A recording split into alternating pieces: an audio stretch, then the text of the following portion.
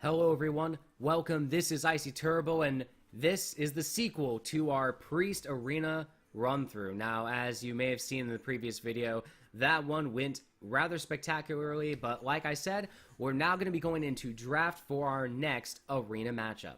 So, without further ado, let's continue. Now, like I said in the previous video as well, I really wanted to emphasize a little bit of the classes and what's good and what's bad about them for arenas.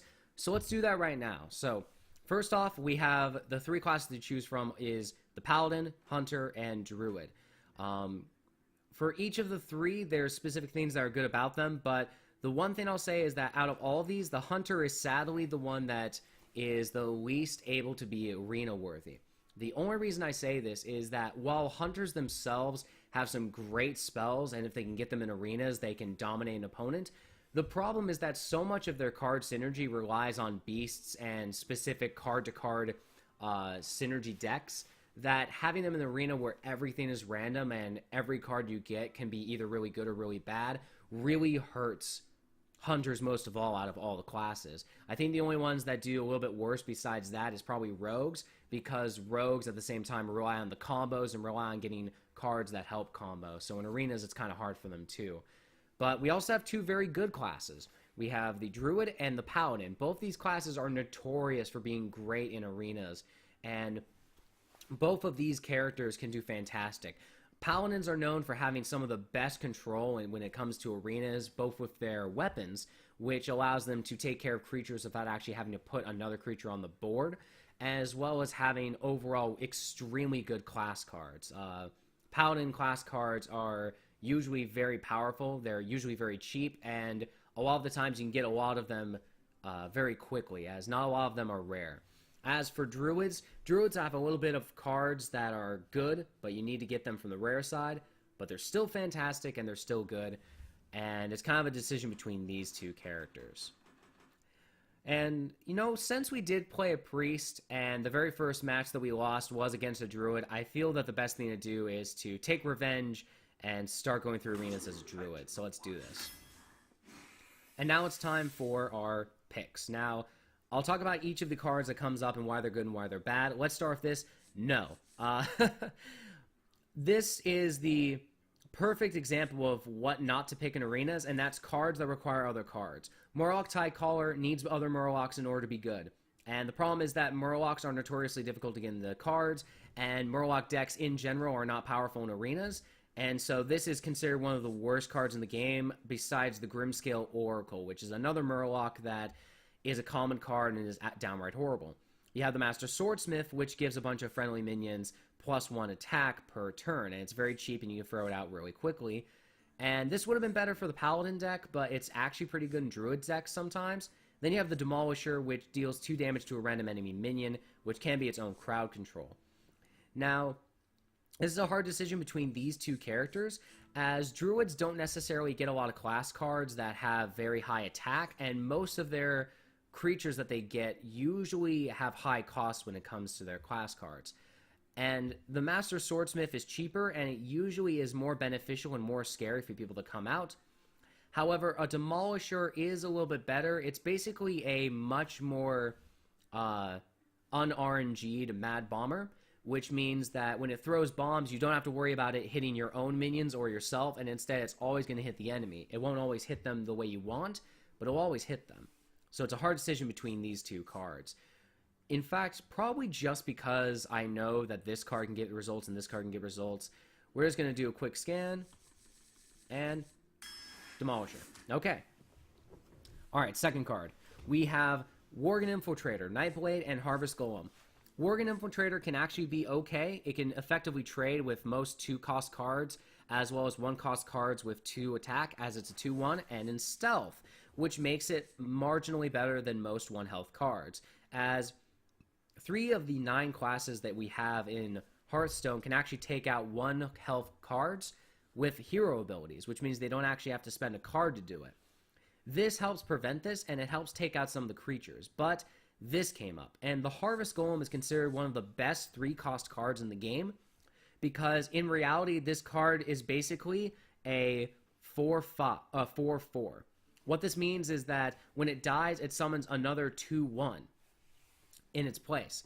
So basically, not only do people have to go through the 3 health, but also the next golem afterwards, and it prevents it from being easily destroyed, because even if they take it out with a spell card like a Frostbolt, which would be able to take out the card, it won't take out the summon afterwards. So no matter what, this card almost always has 2-for-1 trades in its name, and you don't usually want to waste a Silence and Harvest Golem. So I think the Harvest Golem will be our next pick. A very quick note on Nightblade. It's a 4/4 for 5. It already has less stats than it should for the level it has, and dealing damage to an enemy hero, while it sounds good on paper, isn't necessarily how you win games in Hearthstone. And I'll explain that a little bit later, but we're going to go to our next pick. Now, we can instantly discount 2 of these cards. We don't have weapons, so Bloodsail Raider is useless. And Moonfire is a horrible, horrible card. And the reason why is that it deals 1 damage for 0 cost, which sounds okay, but remember, for 1 cost, you can get an Elven Archer, which is a body on the field for 1/1, that has to be taken out and also deals 1 damage. And that's a card.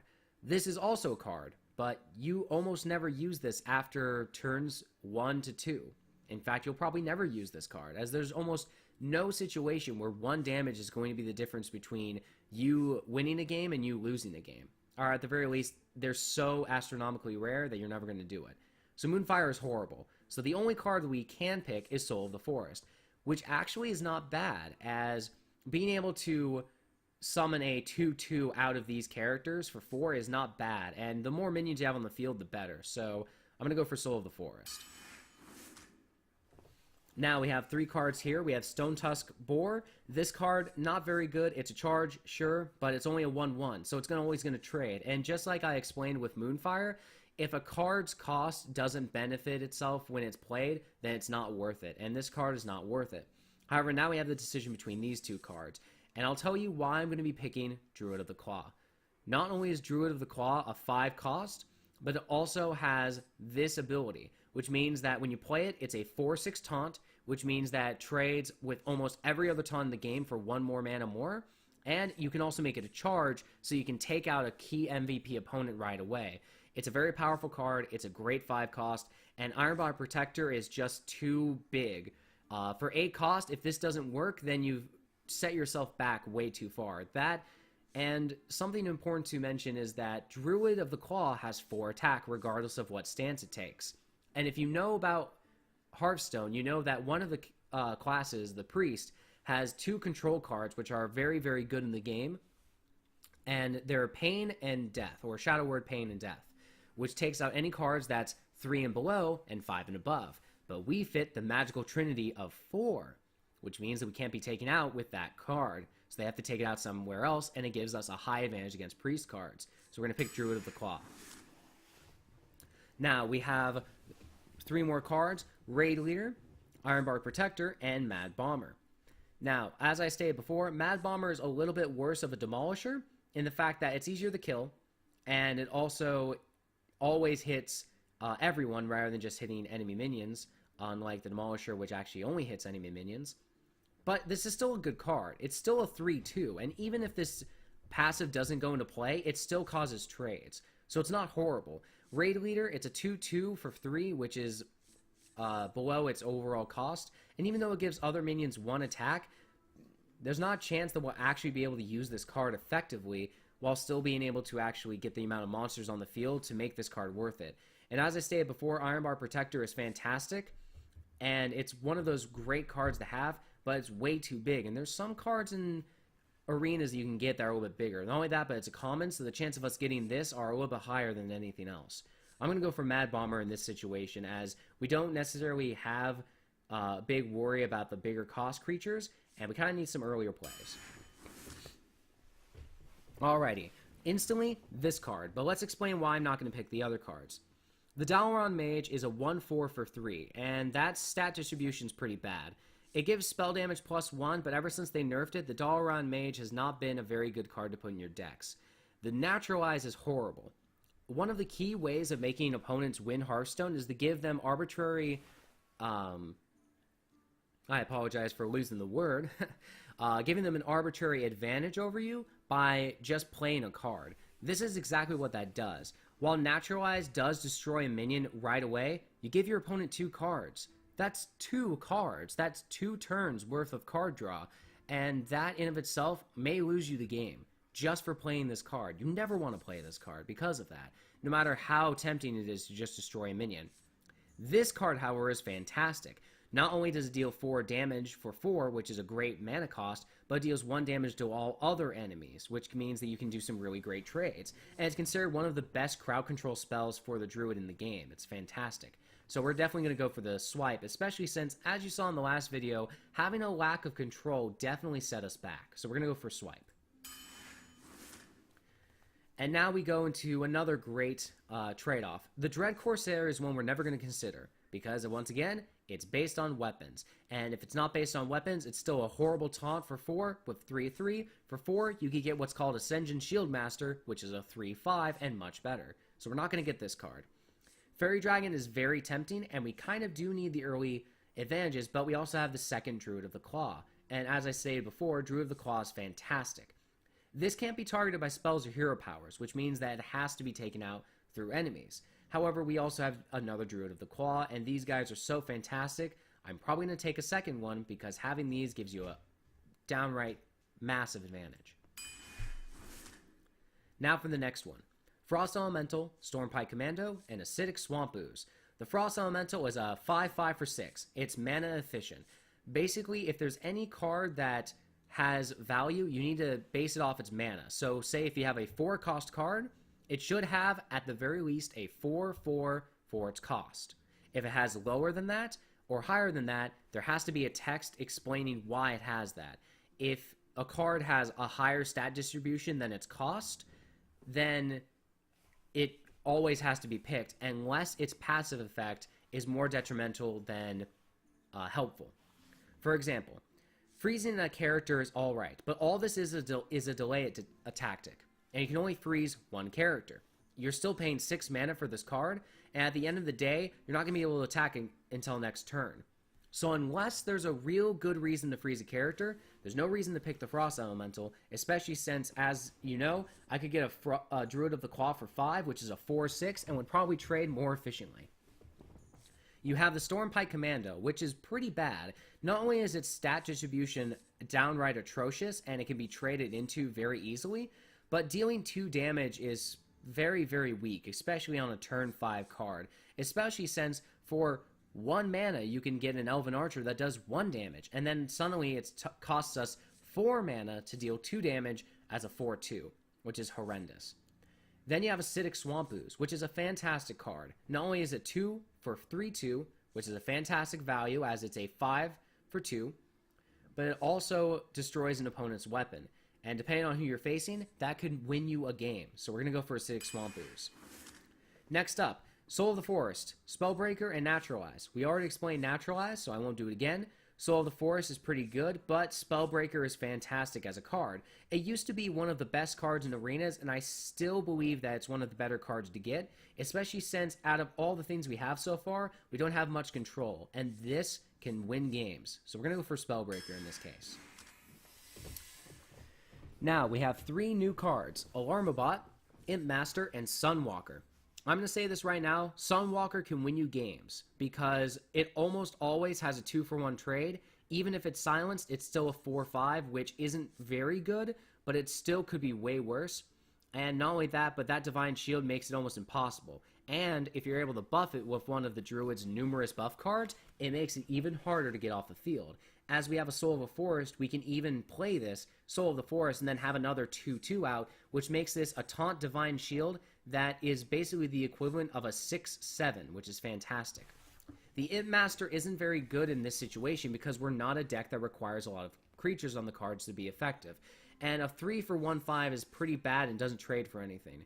As for Alarmobot, if we got this when we were on card 25 and we had some fantastic late game cards, I'd grab this right away. As such, however, it's way too situational. I'd rather have the power right away. So we're going to go Sunwalker. Now we have another Druid of the Claw, Naturalize, and Gnomish Inventor. Gnomish Inventor gives you card draw, which is fantastic. You also have Naturalize. We're never going to talk about this card again. And another Druid of the Claw. You know, it's very tempting that continue making Druid of the Claws, but I'm only going to go with the Gnomish Inventor in this case, as it looks like we need some card draw, and even though another Druid of the Claw would be fantastic, I don't want to put more than 2 of them into the deck, as they are still a 5 for 4/4, and the only reason that they're any better is because of the 4/6 for taunt. It's tempting. We could just continuously delay and then slowly whittle them down with other characters. You know what? We're going to go a little bit crazy today. And there's another card that we're going to look for. So, we have a Jungle Panther, which is a 4/2 for 3, which actually isn't a bad stat distribution, as has Stealth, which actually means that it can't be targeted and you get to make the trades, which makes that card much better than Stormpike Commando. We have Cult Master, which is a very good card for a lot of these decks, especially with Soul of the Forest, as it means there's going to be quite a lot of creatures dying, so I'm almost tempted to get this, but then we also have another Swipe, and Swipe's very tempting and it is control. I would be more relegated to do Swipe simply because having the amount of control on the board is fantastic, and we already have a quite amount of good cards, so we're going to go for Swipe. Alrighty, Healing Touch, Bloodsail Raider, and Ironbark Protector. This can be good, but it's also almost downright useless if you don't have something that's worth the value of the card, and it's still a card that restores health. It doesn't win you games, it delays games, which are not the same thing as winning a game. You have the Bloodsail Raider, which we already talked about, isn't useful for this deck. And finally, we have a big guy. And out of all this stuff, I think a big guy is fantastic, so let's go for it. Alrighty. Corehound, Frostwolf Grunt, and Nightblade. This is a horrible hand. 7 cost for a 9/5 is horrendous, because any of the 5 cost cards could take this card out instantly and cost less mana. You also have a Taunt, 2 for 2/2. Pretty bad card, and then you have Nightblade. All these are pretty bad, but out of all the things we have, we don't have much early game, so I'd probably get the Frostwolf Grunt just because at least it trades somewhat efficiently. Alrighty, River Crocolisk, Windfury Harpy, and Silvermoon Guardian. I'm going to say this, River Crocolisk isn't bad for a 2, it's a 2/3, but at the same time it doesn't have anything special about it, and we already have some relatively good 2-drops.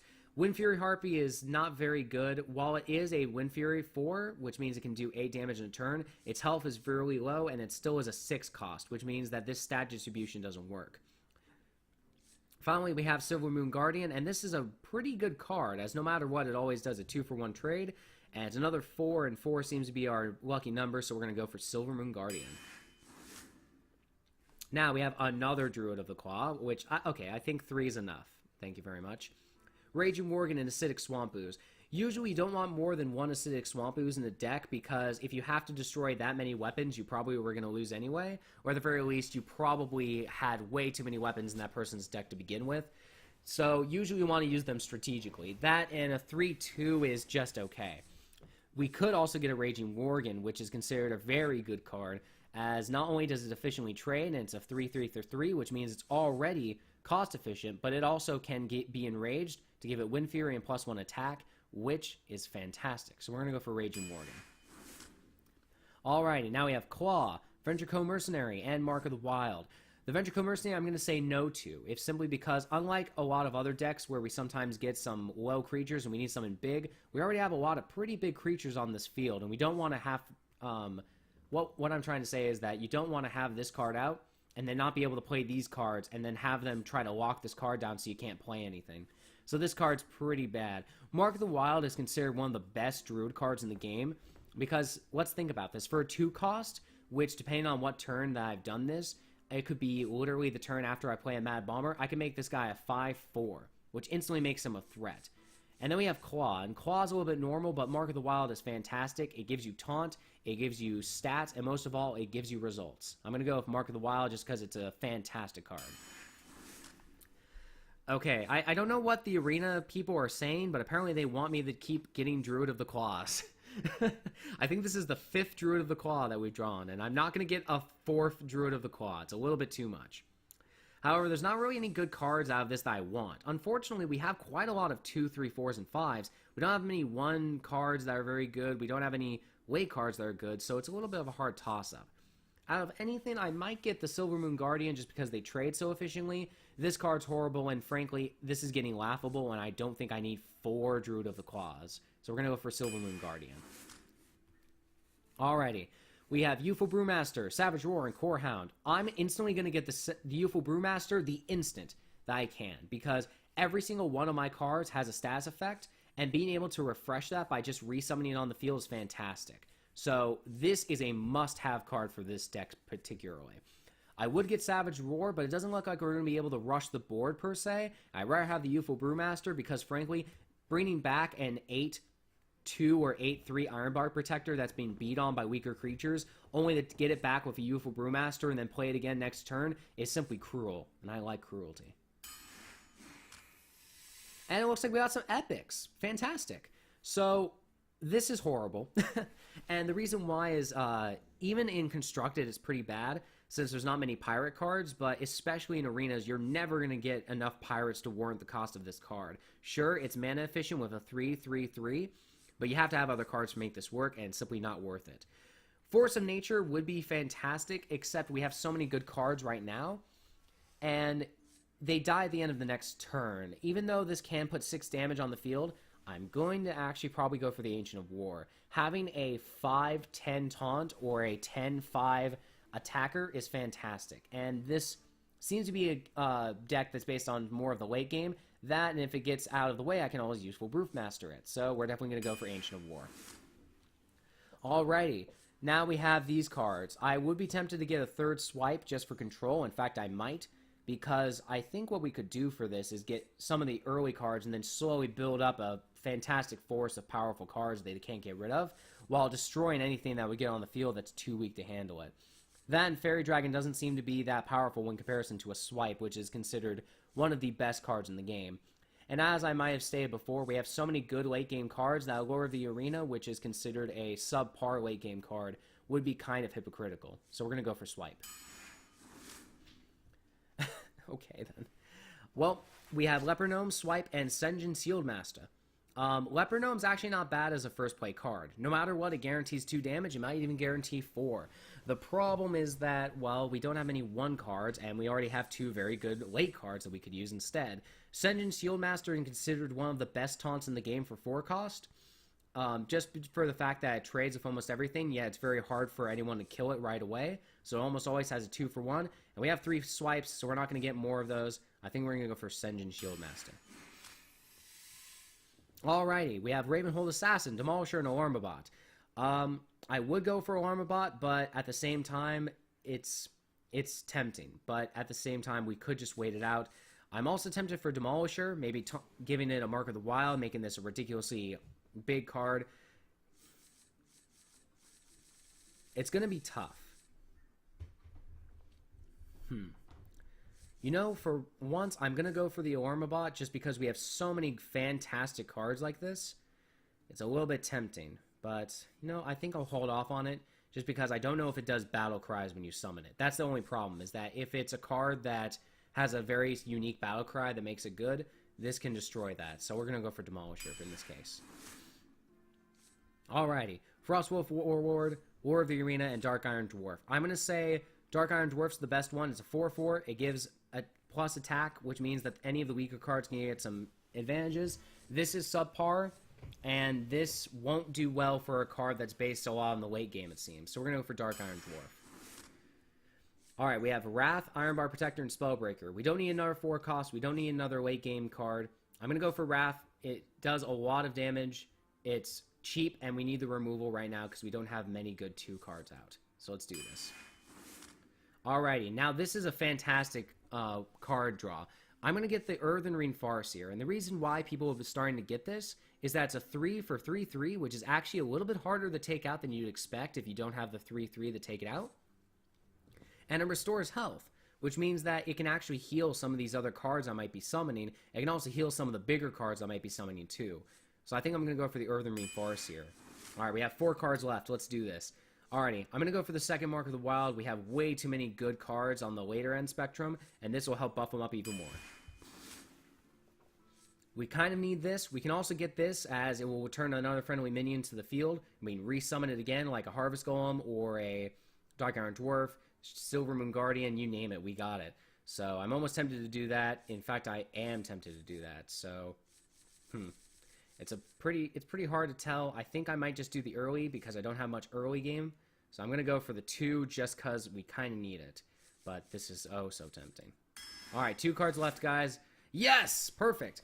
I don't want to get this because you have to choose between health and taunt or attack. And we already have 2 Marks of the Wilds and 2 Wraths, and we have a lot of control. I want to get this guy. Not only is he a good card for his cost at a 5-4 for 4, but he returns minions to the battlefield, and that's fantastic for this deck.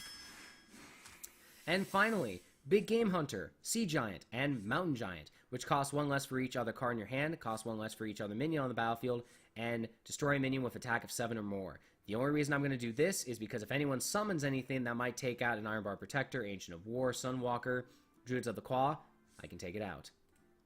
Alrighty, guys. This is a freaking hilarious deck that we have right now. But hopefully it'll work out. We actually got a ridiculously good amount of cards, to be honest, for this deck. I don't know how long it's going to be, but thanks for being so patient with me for this draft. Tune in next time, and we're going to start our Druid Arena escapades. Bye-bye.